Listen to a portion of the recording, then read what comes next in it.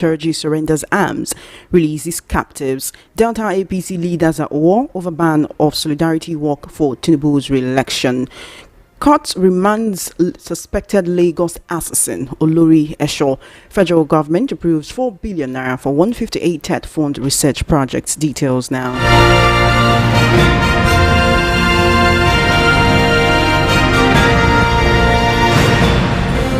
Thank you for staying with us. The world news at 6 begins with notorious terrorist leader Bello Turji reportedly surrendering some of his arms and releasing 32 kidnapped victims as part of a peace initiative facilitated by Islamic clerics in Zamfara state.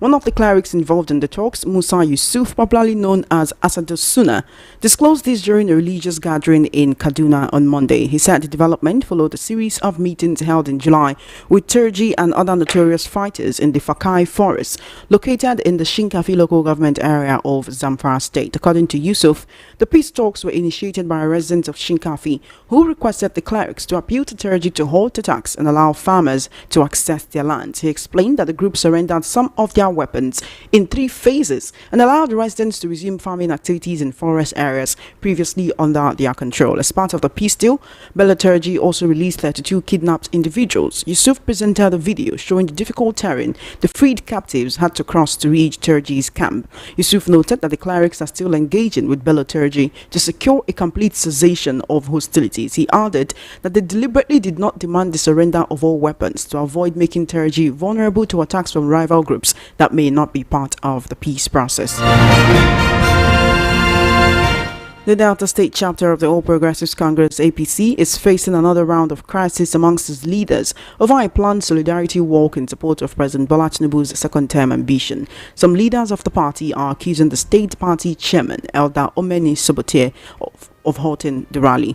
The rally, organized by grassroots loyalists of the party under the leadership of Chief Emmanuel Adigwe, was billed as a show of unity and support for Tinubu ahead of the 2027 polls, but the state party leadership issued a strongly worded statement disowning the event and threatening disciplinary action against its organizers. A statement signed by the APC Publicity Secretary Valentine Onojeru, dated August 4, 2025, described the planned rally as unauthorized and unsanctioned, warning that any further action by the organizers will be met with strict party sanctions.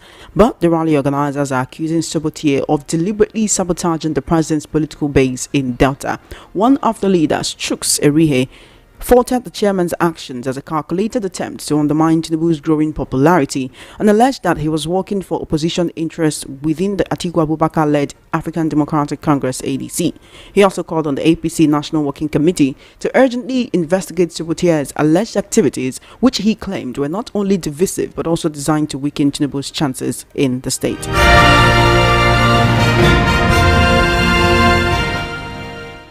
A 44-year-old man, Wasiu Akin, also known as Olori Esho, was today remanded in the Kirikiri Correctional Center by an Ikeja magistrate court sitting in Ogba, Lagos State, over allegations of multiple murder. Magistrate Mobolaji Tanimola ordered his remand for the first 30 days pending the legal advice from the Office of the Directorate of Public Prosecution.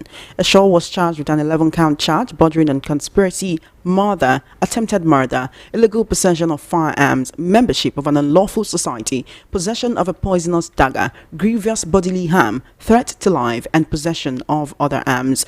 The charges were preferred against the defendant by the Nigerian police force. According to the Police Prosecuting Council, Nosa Ohumwango, the defendant and others still at large allegedly committed the offences on various dates between December 9, 2010 and April 5, 2025 at different locations within Lagos State, including Mushin, Idiaraba, Surulere, and Fadei. The Police Prosecuting Council told the court that the defendant, while allegedly in unlawful possession of an AK-47 rifle, shot and killed one Yusuf Bolakale, aged 30, and one Yusuf Ramadan, aged 23, in Mushin, Lagos. He was said to have fled to the Alagbadu area, where he was eventually apprehended. The prosecutor further alleged that on December 9, 2010, at Tiamiu Street, Fadei, the defendant shot and killed a 10-year-old girl while she was running an errand.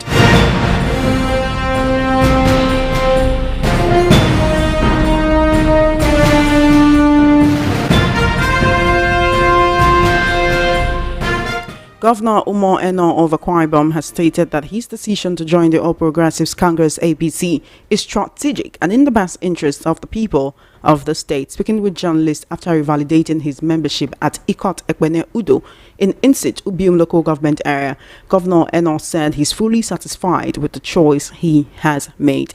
The governor flagged off a month-long APC registration exercise across all wards in the state on August 4. He said the initiative is aimed at identifying genuine party members and eliminating impersonation within the party's ranks. He explained that the ongoing exercise would help clarify the party's internal structure and strengthen its grassroots mobilization. Welcoming new members into the APC, the governor urged them to stay focused and ignore critics. He called on party members to support President Bola Tinubu's administration, adding that unity and collective effort will take the APC to greater heights.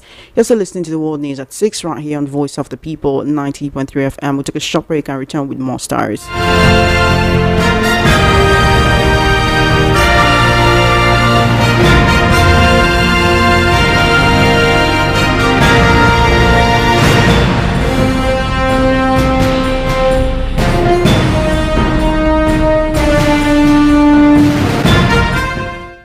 Welcome back. You're still listening to World News at 6 right here on Voice of the People 90.3 FM. The Hausa Christian Development Initiative has raised alarm on a land dispute in Dogon Fako, Anguwan Syria, Kankaru and Anguwan Chiruma, all in Danlawal Domain, Ikara District, Ikara Local Government Area of Kaduna State. Daniel Musa, the president of the initiative, in a statement stated that the group found it necessary to bring the matter to public attention due to the serious human rights violations and religious discrimination dimension involved. He noted that it has come to the notice of the group that a peaceful Hausa Christian farmer and others are facing an unlawful and forceful attempt by the village head Sani Sambo Mohammed, a traditional ruler in the area, to seize 4 of his farmland, totaling over 40 hectares, which Mr. Ishaya Jamai, as well as other villagers, legally acquired through purchase. He noted that this is in addition to the ones already seized prior to this time. He explained that the village head has continued to manipulate the system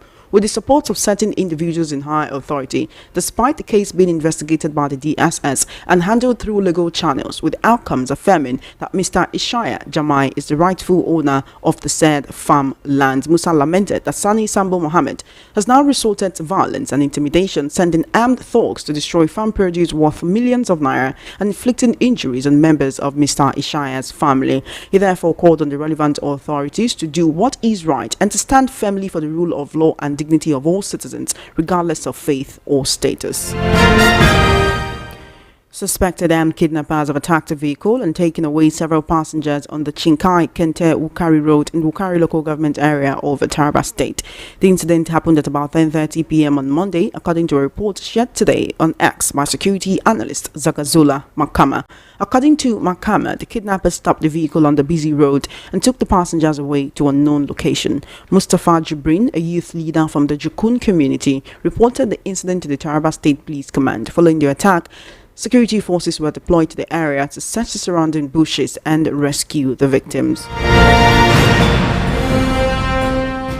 In a recent development, former presidential candidate and human rights activist Omoyele Sowore has said the idea of rotational presidency in Nigeria is senseless and should be discarded. Sowore made a statement during a television appearance today. He argued that what Nigeria needs is a competent leader and not a president selected based on religion or ethnicity. He noted that if Nigeria has a good president, he doesn't care where the president hails from. He criticized the zoning of the presidency between the north and south, saying it often excludes other ethnic groups and stifles meritocracy. Sowore said the presidential hopefuls should be judged based on their qualifications, ideas and leadership qualities, and not their geopolitical zone. He noted that zoning the presidency to the worst character in the country will not make Nigeria get anywhere, but everyone should be given a chance. And that's why anyone can contest for president, governor, local government chairman, present their agenda, speak to Nigerians, who would then look at their character, exposure, and then vote for competent and credible candidates.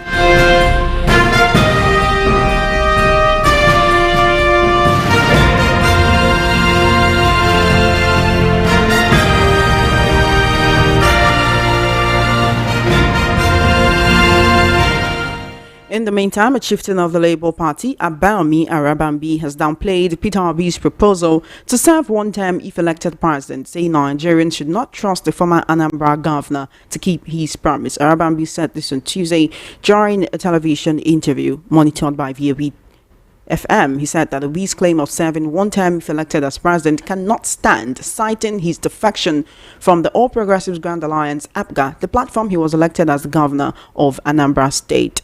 He noted that Peter Obi cannot tell Nigerians he will do a single term when, with his own mouth, he had said he would stay in APGA and not leave, but he later left. The factional National Publicity Secretary of the Labour Party noted that Obi would not stick to this and Nigerians must not trust him on such assertions. Let's take a listen to Abayomi Arabambi saying this on the Monitor television program earlier today. Anybody that trusted Peter Obi, with whatever he says, meaning that that person is trusting the ability, of Satan to prepare dinner, will now invite Jesus Christ and the disciple to come and dine with him. Between him and Victor Ume, he made a promise during his campaign. He would die in APGA. He's not going to leave APGA. He led Peter Ume in that party and crossed to PDP. So a man who will go, and say such a thing against himself outside, while Victor Ume was by his side, said APGA made him everything, and he would never leave them. He would rather die in APGA than for him to leave. But today, he was a former member of APGA, former member of PDP, former member of Labour Party. Now, whether Chris Cousin between from the Labour Party his tenancy has expired. I'll go to the tenancy has expired. Now, moving between ADC and some other ADC or SDP, he knows the party is coming out, true, but nobody, like I said, should just openly trust, Peter Obi because of his antecedents. Nobody forces him to say he will not leave APGA. But there was an issue between him and Ume over the conduct of local government election then, which he did 3 months to the expiration of his tenure, and that was, what caused their separation. And he now left, and he went to PDP. From PDP, what happened? He came to our party 2 days to expiration of a presidential primary in Asaba.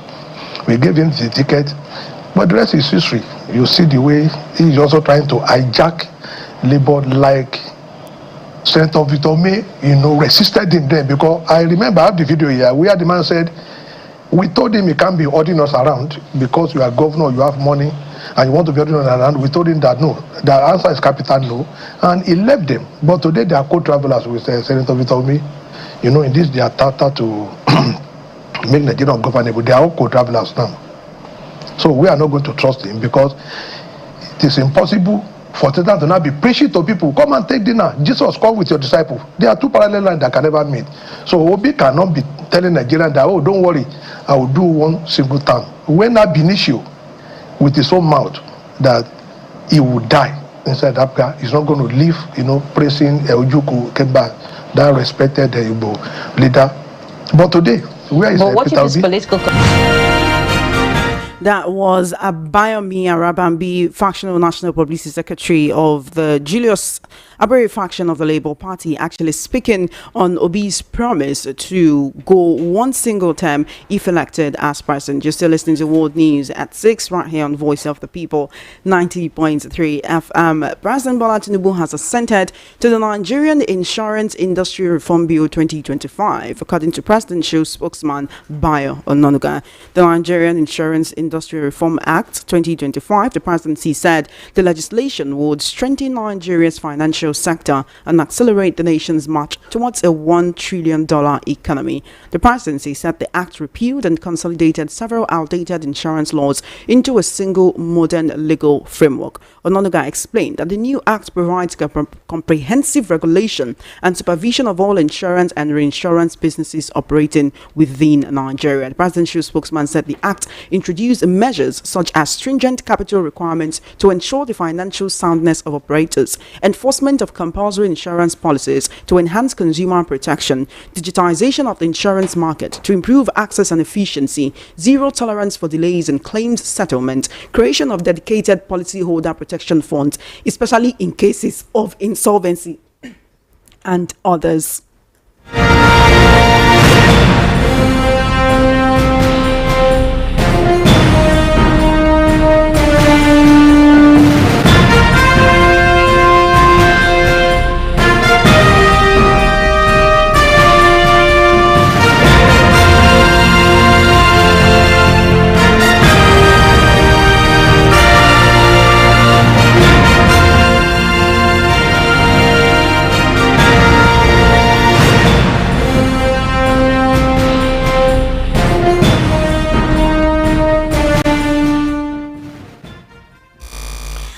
Now, in a very recent development, the Kogi State chapter of the African Democratic Congress has been plunged into major crisis as rival factions of the party's leadership have suspended each other over alleged anti-party activities.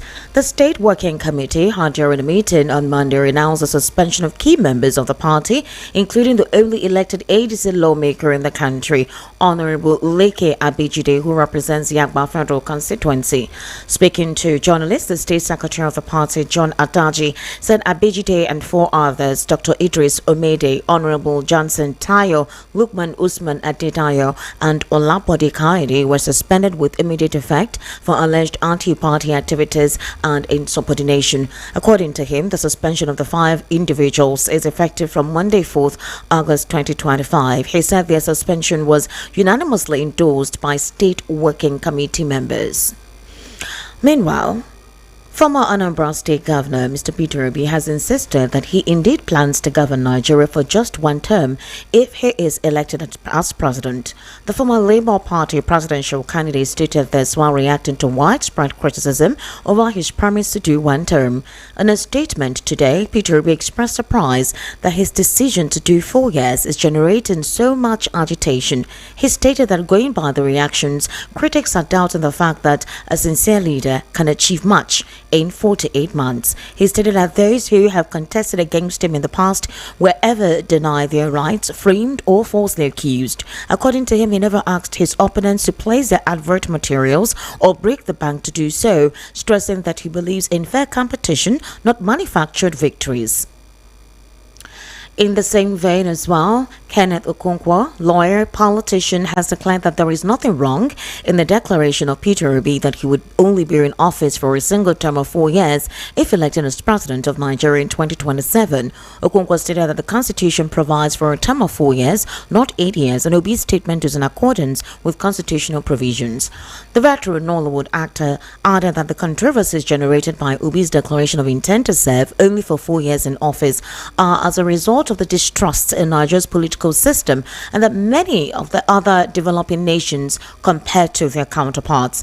Well, Okonkwo during the interview also recognized a constitutional provision that allows an elected official to seek another term of 4 years. He, however, criticized politicians in the country for being overly eager to secure a second term, describing them as acting as if they have no other job. Furthermore, the former Peter Obi, presidential campaign spokesperson, disclosed that it will be political suicide for any southern politician to aspire to 8 years in office, counting from 2027, because Bola Tinubu has already taken off 4 years based on the unwritten rotational presidency code operational in Nigeria's political space. He said nobody will vote for a fresh politician seeking Nigeria's presidency in 2027 and intending to use 8 years in office regardless of the region. Now, in a very recent development as well, kidnappers have attacked a vehicle and abducted passengers in Taraba. As it stands at the moment, the government is working hard to ensure that the kidnapped passengers are currently released, along with Bello Turuji disclosing that he has released all his weapons. Chama Innocent, thank you so much for joining us today on the World News at 6. Thank you for joining us on the World Well, News you know what I'm talking about. Yes. For example, you heard about the passengers that were abducted. Before then, anyways, some Christian community recently complained about the fact that they are being killed. That is a Christian house. The Hausa Christian community. The Hausa Christian house. They're complaining about their lands being taken over and that they're being killed by their other counterparts. And you remember when the bishop last year traveled to, was it somewhere in Rome or Italy, to give a report of the existential crisis in Benue State, where he talked about the fact that Christians were mostly persecuted in Benue State. I remember the federal government disclosed that it was not true, that it was far-reaching, overreaching, and that it's not just Christians, that, for example, Boko Haram kill their fellow Muslims in the north. So it's not just isolated to a particular ethnic group, say or northern a religious Christians group or something like that. But the thing is, it's become an endemic factor. Let me give you a very credible instance. I heard that there is this lady on social media who has been carried out by the DSS.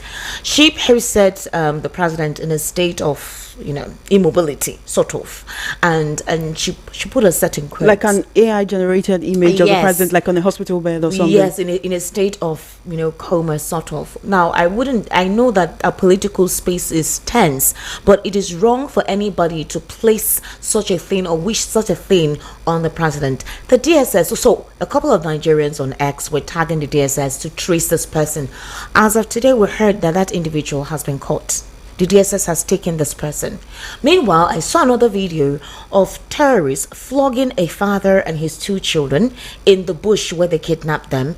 They were telling them to beg, and they were really flogging the children. Did you read the report of the woman who said her twins were taken from her, they were killed and fed to the kidnappers, the terrorist dogs? That was last month. What I am even saying is that these ones, they display themselves on social media. I'm talking about the fact that the DSS tracked this young lady that put out that AI generated image. That's not the only one. We also saw another situation where these kidnappers were flogging those they abducted, a father and two children. They were flogging them while they were begging. They covered their eyes, and it's been difficult for the DSS to actually get this account, the locations, and locate these individuals and apprehend them. So are we saying that this is a deliberate act of not exercising political will to apprehend these individuals, or is it that there is a certain segment of these persons that are being protected? Somebody literally did something similar, I think, during the first year of the president's ascension, right after his inauguration. A particular Islamic cleric actually laid out a term for the assassination of the first lady. We didn't see the DSS do anything about it. The Islamic cleric wasn't apprehended. These individuals make statements anyhow on social media. They are not caught. Accounts are not traced. So my question is, what exactly is happening? What does this stipulate? What does this mean? The security operatives pick and choose. In order to try a little bit to give them the benefit of the doubt, I'll say the civilians, the average Nigerian who posts on social media is not hiding. They're in their houses, they're in their workplaces, but the terrorists and kidnappers, they are hidden somewhere in the bush and trying to give security agents the benefit of the doubt. But I want to remember also in 2012, 2013, they put Jonathan's face in a casket. I remember. They showed his face being hung on a tree. They carried the casket dancing around. Exactly. They were writing "Rest in Peace." The DSS did not do anything. President Jonathan did not ask the DSS to apprehend this, and these were politically sponsored movements and protests. You could tell. I think it boils down to what you just said. President Jonathan did not direct the DSS to do that. That was when the DSS still seemed to be this secret Nigerian police. You don't know who is part of the DSS. It's a lot of things we'll be talking about, Esther. He allowed opposition to thrive. I'm not saying that what that individual did was right, but I'm just saying that a lot worse have come from their camp. And the fact is, why not utilize and channel all this in apprehending these insurgents? That's what I am saying. In Taraba, kidnappers attacked a vehicle, abducted the passengers. They kidnapped the passengers, took them to an unknown destination. So what are we talking about? I guess it's easier to get to Nigerians without weapons and criminal intent than it is to actually go into the bush and get kidnappers. But I want to tie this to the Bello surrendering and saying Islamic clerics were talking to him because the people in the area begged the Islamic clerics to go and talk to him to surrender his arms, and that they did not actually tell him surrender all his arms so that another group of terrorists that does not agree with the peace deal would not come and attack him. I don't understand it. This negotiating, this treating them with kid gloves, is this the non-kinetic approach? Has it been working with us so far? After how many people Bello Turji? You remember those videos? Can you remember after their Salah, Bello Turji went into town to kill people at random? Or was it the videos you see him in the background? They'll make videos with all the people they've kidnapped, kneeling in front of them, shooting people anyhow, capturing Nigerian soldiers and killing them. You are saying that someone was actually able to get into their camp. They could not make any plans. Can you imagine? To try to surround the place while they were talking. Like, Nigerians really need to understand what the main challenge is when it comes to insecurity. Esther, I cannot tell you how scared I am sometimes, especially with this kind of job that we do, and sometimes how late one can leave. They were holding series of meetings with this, like they go in, they hold meetings with terrorists, then they go back home to sleep. With then they go back home to sleep. Our Nigerian soldiers have been killed by these individuals, mutilated. Shoma, I don't understand. It's not even a funny situation. I'm not saying that the fact that he surrendered his weapons is wrong. So what? You're going to reintegrate him? You will rehabilitate him? Maybe with the other fighters? Maybe he will apologize to everyone whose family member, whose loved one he has killed and maimed. This guy had everyone he has brutalized. His whip and caprices along that axis for long. Over 15 years. Can you remember that the Chadian government, the Cameroonian government told us? Can you remember when Nigeria and Niger had issues? Can you remember when there was a blockade between Nigeria and Niger, when the military junta took over in Niger? And they made a lot of disclosures about the porosity in our security apparatus. And how this allows terrorism to thrive. And they talked about the fact that Bello Turji literally was sponsored by certain elements. And you're saying that there were a series of meetings with these guys? So what? They were a political tool. Do we say the people those who have been killed by these individuals are collateral damage? Do we say the people who are, according to Niger, are sponsoring Bello Turji are stronger than the Nigerian government, or are they the people that the Nigerian government have to negotiate with so that Nigerians can actually have a breather? Because on our front, if it's not Bello Turji, Boko Haram, allowed to go to town without being stereotyped or killed by the vigilante. This situation has rendered us speechless. I don't know how I feel about this, but this is wrong in every level. The same alacrity that is used for the opposition is not being used for these individuals. You're holding series of meetings, and I'm very sure they fed them, gave them food, made them comfortable. Do you know what it is to have meetings with these guys and they tell you these are the things you will need to do for us to drop our arms? I mean, if you can get to see them and have a conversation with them, what stops you from capturing them at that moment? Interrogate them. Because if you capture Bello Turji, his foot soldiers, they will scatter. Once you capture the shepherd, the sheep will scatter.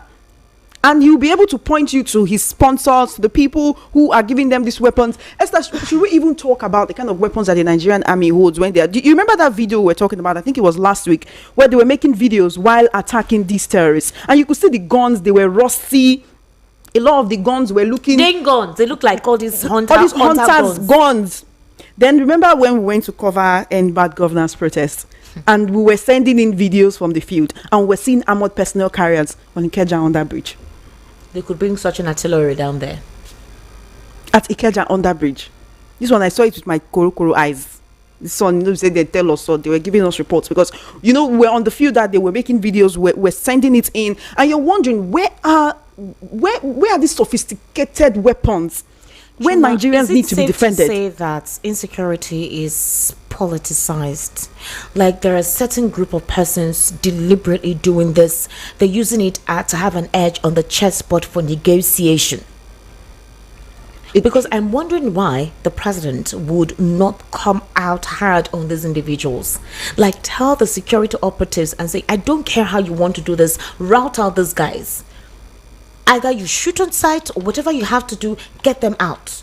So you took do they do the same thing when they catch IPOB members or some persons that they just see that they consider to be IPOB members? Do they carry out series of meetings? Do they carry out negotiations? Do they consult? Don't they shoot on sight? And say they were suspected IPOB members. In this time, they don't even try them. Some of them are not even questioned. They just do what they have to do when they are seen. So this is the major disparity. So what is the fear about these individuals? That's my question. Because I know that if our security operatives want to work, they can work adequately well. And that's why, Chioma, people are crying that they are not comfortable with the way government is handling things that pertains to them critically, especially security.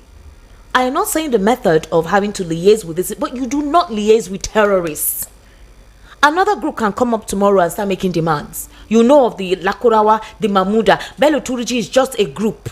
You have Mamuda, you have Lakurawa. These are different groups. You still have Iswa, Boko Haram, bandits, terrorists. So is this how you be negotiating and consulting with these different groups? And when these groups see that this is working and they are not actually meeting them with firepower, you see more groups springing up because they see this as a thriving sector. I don't know. I want to believe that security operatives know what to do and they know the reason why they had to toe this path. I don't know. In fact, even the religious leader that was helping them to do this negotiation, if they know what to do, don't you think they would have done it by now? Especially with so many Nigerian soldiers coming out online, now they are more brazen, coming out online complaining. It's even the poor welfare. Do you remember the soldier who came, I think it was last year, December, to say he could not visit his family? The money he was paid for December salary was so small, he could not visit his family because of the high price of bus fares. And he just had to send that money, and the next thing we heard, this soldier had been apprehended and was going through one thing or the other. The people who choose to serve Nigeria, the people who choose to protect our borders, people who choose to go and be at the front lines of this war against terrorism, this is not how they should be treated. Why the terrorists are being negotiated with. Those Nigerians who have these loved ones that go on the war front, how do you think they will feel if you are rewarding criminality? Or the ones that they will sew uniform for them, green and white, put them, all of them under canopy, say they are teaching them skills. What will you say to the woman who kidnappers fed her twins to the dogs? What would you say to the man and his two kids who have been flogged? What would you say to those Nigerian law school students who were in kidnappers days for about in kidnappers den for about 3 days? What would you say to the ones who have been in kidnappers den for as long as they can remember? And life goes on every other day because they couldn't meet up with the ransom that they declared on them or their family members. Or even the ones who were released, with these the trauma. And I'm saying that you're consulting with the same persons that created this mayhem, that came on social media and boasted in their strides to creating unrest in communities, killing and seizing people's properties. It's a dastardly situation. Meanwhile, while our political elites are deliberately putting their eyes away from the endemic issues bedeviling Nigeria, as if it's not the same people that will vote exactly in 2027. Dead people can't vote. They're all talking about 2027. So INEC is warning politicians over premature 2027 campaigns. This was by Mahmoud Yakub. He actually warned concerning the growing wave of endorsements allegedly in favor of President Bola Ahmed Tinubu. So Rotimi Oyekomi, the chief press secretary to the INEC chairman, warned that the electoral body has not yet issued a timetable or schedule for the next election cycle, and therefore all forms of early campaigning remains unlawful. Is INEC just trying to act like we are independent? Well, I mean, even if it is an act. Wait. Have you tried to enter Abuja from airport? That's the thing. Someone asks a question and say, okay, will INEC now direct that all of these campaign posters should be pulled down? For where? Because for INEC to even talk, if you were the opposition, is it now that INEC will be talking, or they would have been talking since? And do you know the reason why INEC spoke out? Because opposition, civil society organizations had to call out and say, why are what's going on and quiet? Door-to-door campaign has commenced. You guys have not released your timetable yet. Yes, the time they were packaging plantain chips. Door-to-door with his face on it. Door-to-door campaign don't start. And now when they come and talk, say not just door-to-door, online digital summits. That one safe. That's the agenda. Offline too. People they talk to people, say Jagaban 2027. No, was it not? I think they call that area 7 Up in K2 also. You also the banner big like this. Even all the billboards in Lagos doing the same thing. The only thing is they are not placing their banners out there online. They are using the digital space to campaign. A couple of people even think that Peter Obi's recent philanthropic outing is a way of campaigning or putting himself out there. So I would say they are all supposedly guilty of this, but in the president's case, his banner is out there like majorly all the streets of Abuja. Even when you go to Edo, you're going to see the president's face all around, and already meetings are being held. What do you expect when mobilization goes on stage to talk about that? Door-to-door campaign has commenced. So I don't know if INEC is coming out too late or they just want to fulfill the door-to-door campaign indeed has commenced. It's been over 2 to 3 months now that you'd see these small banners on Lagos roads on the pavements, just reading that door-to-door campaign 2027. If should the opposition now start doing their own as well, putting up banners and all whatnot? It's good that INEC has come out to remind them that look, you should be doing this 150 days before the elections and not from now. But is INEC speaking too late? I guess it's better late than never. And also the fact that they're saying it outright. This is to the president's supporters. Stop this. It had to do with, like I said, a lot of Nigerians calling out INEC and saying, Oga, share your time to don't come out. Where would you see this kind of brazen campaign, all right, from these guys? Another thing to look into is the rotational presidency. Showore is saying that the idea of rotational presidency in Nigeria is senseless and should be discarded. This was a statement he made on the Monitor television program. He says that Nigeria needs a competent leader, not a leader selected based on region or ethnicity. And this is all based on Peter Obi's statement about wanting to just do 4 years and 1 term. And he said something. He doesn't understand why the agitation. Choma, do you think Nigerians have gotten so used to corruption, manipulation, propaganda? They've become so emotionally handicapped, psychologically chainsawed, that what is supposed to be normal, it seems like it's something that is abnormal, that cannot happen. For example, it's the turn of the South. It's an unconstitutional arrangement. The plan is to ensure that the North does not continue to wield its power, probably because of their population, and continue to become the president of the country. So to create that balance, it's now rotated 8 years. If it's the time of the North, fine. If it's the time of the South, it's for 8 years. Is it mandatory that one person must do 8 years? Is it? It's not mandatory that one person must do 8 years. So I can understand why a lot of people don't trust Obi. No, for the South, you have the Southwest, you have the Southeast, and you have the South. They're all lumped into the South. So they're all lumped into the South. So are they making it seem as if this 8 years should be for the Southwest? Then the next one will be for the North, anywhere from the North, either the Northeast or North Central or whatever. And then another one will now be what? South. And then after South, then maybe Southeast. You know what is important that Shore pointed out is with all this rotation and everything, are Nigerians' lives getting better? And to your first question, Esther, I actually believe that some Nigerians have a defeated psyche. That they do not actually look at Argentina's president who came in. Was it not like 7 months after President Tinubu? And many people don't even understand the power of the presidency. Was it not in Rivers State now? Wike saying us that emergency rule will soon end. President Tinubu said local government elections should be conducted within 30 days instead of the 360-day window. Why? So that the sole administrator will conduct the elections, and he's saying this is coming directly from the president. That shows you the powers that the president wields. On May 29, 2023, one sentence, three words. One sentence, 3 words. Nigeria topsy, because I know we topsy-turvy. Until today, yesterday fuel was 950. Today is 1,000. Next tomorrow is 855. Now is 915 and all. That shows you the kind of power that the president wields. Benefits of a deregulated sector. That's what you mean. So in 2 years, the price of rice has doubled, and you're saying that in 4 years, if things can go bad in 4 years, if things can go bad in 1 year, in 2 years, it can definitely get better in 4 years. So to the people who are doubting that things can get better in 4 years, I'll say to them, well, give the man the benefit of the doubt. But to the people who are doubting him, I don't blame them, especially the North, because they will be afraid. What if he comes in, he does so well, and the Nigerian says, let him stay, and he wants to stay. He has said that before 29, on the 28th or possibly 27th, he has left Aso Rock. So even if you beg him to want to continue, he's not continuing. Why? What is there? Why do they not believe it? Obi is still a politician.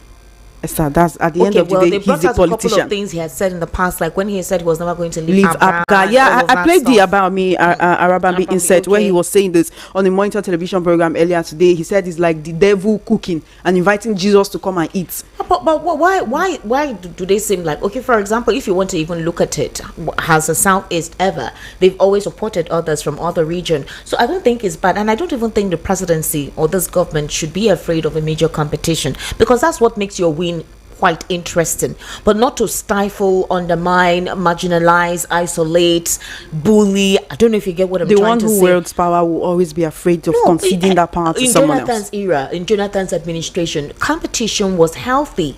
Well, Jonathan was a Democrat. So the president is not a Democrat. I'm not saying so. It's just a lot of things we're seeing in this administration. You know, from the repression of journalists, of pressmen. You can't post up on social media. Bayo Ononuga will come. You know, it's almost as if he has left being the spokesman for the president and saying a lot of other things. Then when Nigerians say, why is the president not calling him to order? You have political analysts telling you it's because the president sanctioned what he has said. What he said in recent time that did not even sit right with me was saying the Northerners are criticizing President Tinubu or attacking him because he's from the South. We are trying to dismantle tribalism and ethnic bigotry. And this is coming straight from the presidency. So how do you expect the people to actually come together, sit on the seat of unity, if straight from the presidency, tribalism and ethnicity is coming straight from there? How can you say the Northerners are criticizing Tinubu because he's a Southerner? Is he doing well? Are they enjoying his administration? From the prism of the 8 years of Muhammadu Buhari, the Northerners were silent, despite the fact that they did not benefit immensely from the administration of Muhammadu Buhari. None of them came out to critique. None of them came out to ask questions. None of them came out to reprimand him at the time. Say because he was their quote and unquote their brother. So why is it that now Tinubu is the one that they are now trying to bring out all of their fangs and say that we are being isolated? Everything. To be honest with you, if we want to reason things in a certain way, I understand where he's coming from. Does that mean we should not expect us Southwesterners to support Tinubu? What I'm trying to say is, why not allow other people be part of the process of aspiring to why do you need to stifle opposition or bury opposition? Some people feel that could be one of the reasons why Peter Obi is being extremely careful. But I would say, Choma, that if you aspire, please, for 2027 and you have what it takes, please come out. You're a Nigerian, you're from the South, you're aspire. over 18, you're over you have 18. SSC, please, you actually have every right, based on the 1999 Constitution of the Federal Republic of Nigeria, to be part of the process. Yes. Nobody should bully you. Nobody should say anything, because you have. If you think you have the capacity to serve, if you think you have the capacity to lead Nigeria in the right direction, come out and be part of the process. Esther, what mistake we are making? You shouldn't be stifled. You shouldn't be segmented. No one should cook up stories and make it seem as if you do not have the placement. Do you know what it is to feel like you are not considered? You should not even be thinking of or aspiring to lead this nation because of where you come from. It doesn't make sense. Any individual, either South, Southwest, Southeast, if you know you have the potential to lead this country aright, please come out and disclose your intention. Join a political party and put your heart in the race. Nobody should be segmented, isolated, or bullied from not doing what the Constitution says is your right as a Nigerian. Esther, I insist. The mistake we are making is we think every Nigerian wants Nigeria to be better. We think every Nigerian wants Nigeria to be great. Nigeria is working for some people as it is right now. And it's not just the political elite, even the poor people. It's working for them. They love it. With what is actually going on as it is right now. Some people love the status quo. They don't want it to change. They don't call out the ills. They want it to get worse. They don't call out the damage. They would say it's because it's my own, it's my person. So whatever you guys are saying, shut it. We don't want to hear it. So there are many Nigerians who don't want Nigeria to be better, but the people who want Nigeria to be better have to be in the majority, and they don't just have to be in the majority, they have to be doing the right things. One thing I keep telling Nigerians whenever I'm hosting matters is this: you have a part to play. When you don't come out to vote in elections, you have left your part to the people who will do otherwise. Now, that's not just the case. What are you doing ahead of 2027? How are you convincing the people around you? What are you telling them? How are you talking to them about your preferred candidates? There have been talks about the reform. The candidates in their respective political parties are also putting themselves out there. They're already doing the groundwork. For example, the Obedient Movement in Kano State or so, all the 34 wards there and their chairman, all of them them have already been put there. The ground mobilization is ongoing, but it's beyond all of that. Okay, the thing is, Nigerians should strive for good governance. Question the ills. Say these are the issues that you need to focus on. People are sitting on the wealth of this nation, Choma. Like literally enjoying the wealth of this, our collective wealth. A few people are taking advantage of it. People are crying, people are poor. Look at the current situation where the water, the rainfall displaced a couple of persons from their homes because their homes were flooded.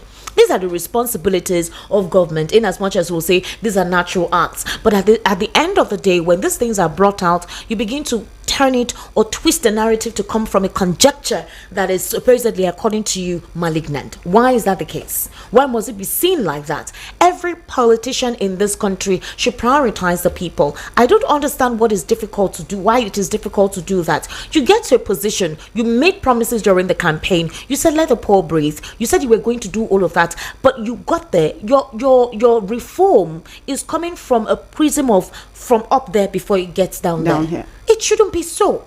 Settle those down there before you reach those up, because those ones are okay. They're comfortable. And so are you seeing the amount of beggars these days? They're not amount. They've increased. The number of persons begging on the street these days has tripled. Like at every stop, from young kids to older, well-dressed people, they'll come to you. They will be begging you for things. They'll tell you, even if it's 200 naira, I just want to eat.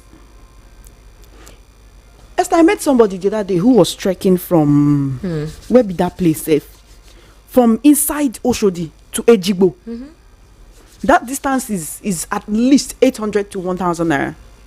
So imagine trekking a distance that would take you 800 to 1,000 naira. And this person told me, just give me, I just want to repair my shoe to go to and look for work tomorrow. Just give me 200 naira. That was all they needed.